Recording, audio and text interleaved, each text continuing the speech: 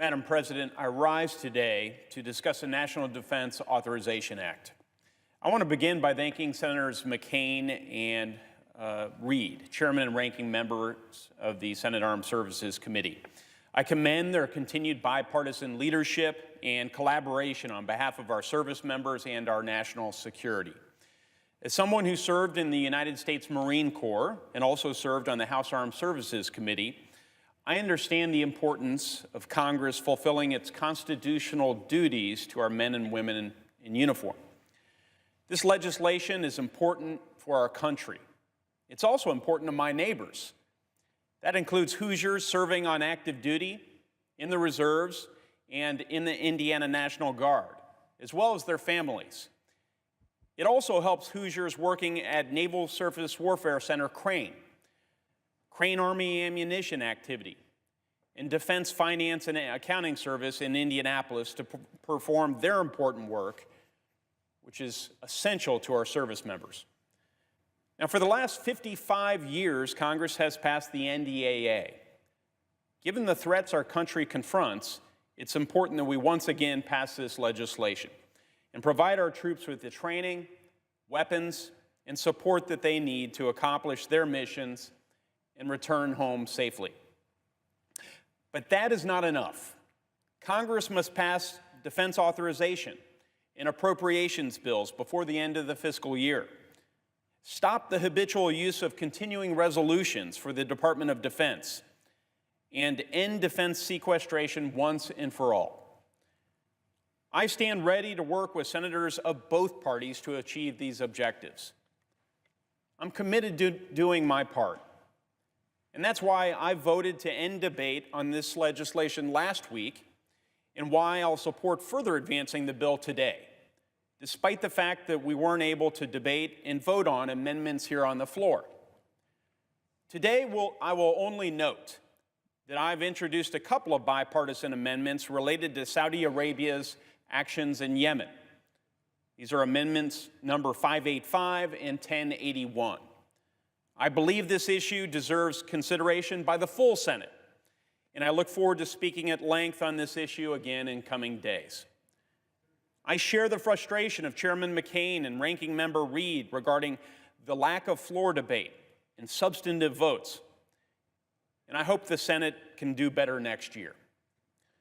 I think each senator, the Americans we represent, and the troops who protect us are right to expect better. Now, with that said, I applaud Chairman McCain and Ranking Member Reid for working to include over 100 non-controversial amendments in this bill. And I'm proud of the fact that the defense bill we're going to vote on, and hopefully pass this evening, includes 3 amendments important to Hoosiers that I introduced and that I worked with the committee to include. I'd like to quickly mention 2 of them and then spend a little more time on the third. The first provision is Amendment number 793. This provision would press the Department of Defense to implement Government Accountability Office recommendations or explain why they aren't doing so. Now, let me explain why this is so important.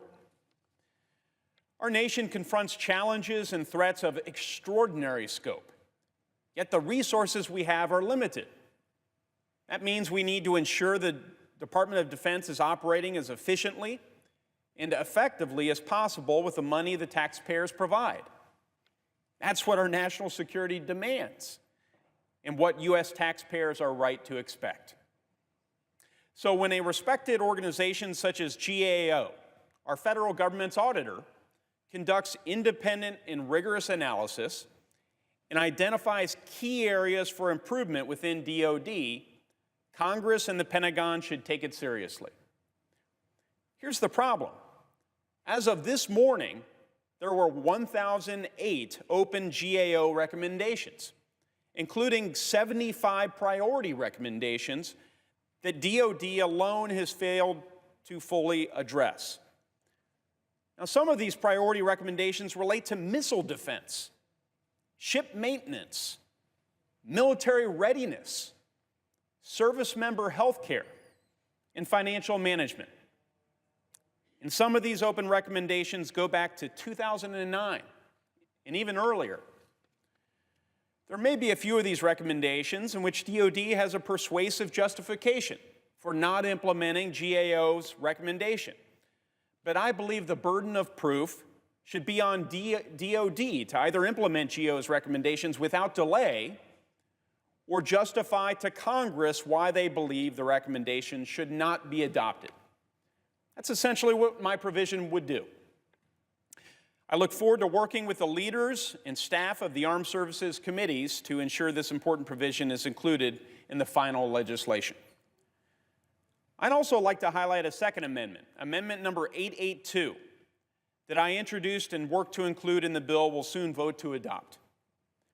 This provision would require the Navy to conduct and provide to Congress a comprehensive review of U.S. maritime intelligence, surveillance, reconnaissance, and targeting capabilities, also known as ISRT. In light of growing Chinese and Russian maritime capabilities, this report would require the Navy, among other things, to identify specific capability gaps in specific areas of risk when it comes to ISRT, as well as offer solutions and resources that are needed to address those capability gaps in areas of risk. The review will help ensure the United States retains the naval supremacy necessary to keep vital shipping lanes open, deter aggression, and defend our national security interests. Now, lastly, I'd like to highlight Amendment number 821. I introduced and worked with the committee to include this in the bill, and I want to thank Senator Donnelly for co-sponsoring my amendment. On January 27, the President issued a memorandum that emphasized the need for a, quote, modern, robust, flexible, resilient, ready, and appropriately tailored nuclear deterrent. This memorandum reiterated the long-standing and bipartisan consensus that deterring a nuclear attack on our country and our allies depends on our ability to maintain a strong nuclear deterrent. Our nuclear deterrent includes three legs, also referred to as the nuclear triad, consisting of submarine-launched ballistic missiles, land-based intercontinental ballistic missiles, and long-range bomber aircraft. Now, each of these legs offers an important and complementary capability, making clear to any potential aggressor that a nuclear attack on the United States would be suicidal, and thereby deterring such an attack in the first place. Perhaps that's why Secretary of Defense Mattis, referring to the deterrence of potential aggressors, said just last week, quote, "If I want to send the most compelling message, I've been persuaded that the triad is the right way to go." Now, the challenge is that in just the next 2 decades, essentially all of our nation's nuclear delivery systems and all of our nuclear weapons will need to be refurbished or replaced. According to a February 2017 study by the Nonpartisan Congressional Budget Office, that could cost a total of $400 billion over the next decade. Now, that's an enormous cost during a period when our Department of Defense has many other modernization bills coming due. Consequently, we must identify opportunities to minimize costs while not sacrificing capability. So, consistent with that fact, on January 31, Secretary Mattis issued a memorandum calling for a, quote, ambitious reform agenda, which will include horizontal integration across DoD components to improve efficiency and take advantage of economies of scale. Consistent with that memorandum, in the memorandum of the President, my amendment would require the Office of the Secretary of Defense, working with our Navy and our Air Force, to submit a report to Congress on the potential to achieve more value. That is, enhance nuclear deterrence at a lower cost by integrating elements of acquisition programs related to the modernization and sustainment of the nuclear triad. If we can improve efficiency and program management, cost, in schedule, by increasing integration, co-location, and commonality between the strategic deterrent programs of the Navy and the Air Force and their associated systems, technologies, and engineering processes, then we should do so. Back home in Indiana, the skilled workers at Naval Surface Warfare Center Crane have supported the Navy Strategic Systems Program for more than 60 years. Crane is the largest DoD supplier to the Strategic Systems Program. Crane provides the Navy's only organic, high-reliability, radiation hardening capability.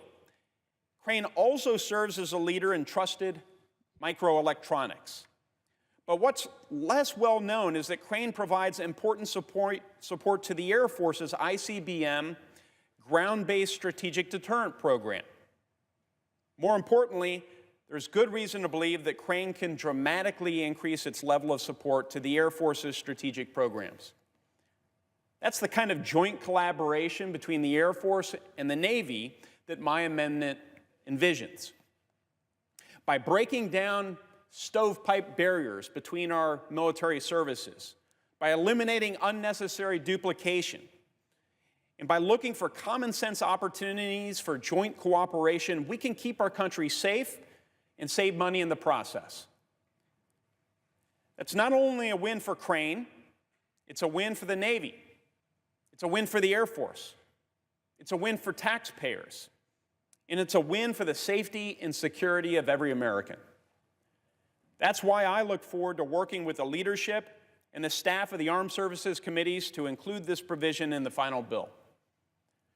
So in conclusion, I want to thank Chairman McCain and Ranking Member Reed again for their hard work, for their tireless leadership on the Senate Armed Services Committee, and for your work to bring the National Defense Authorization Act to this point. Madam President, I yield the floor.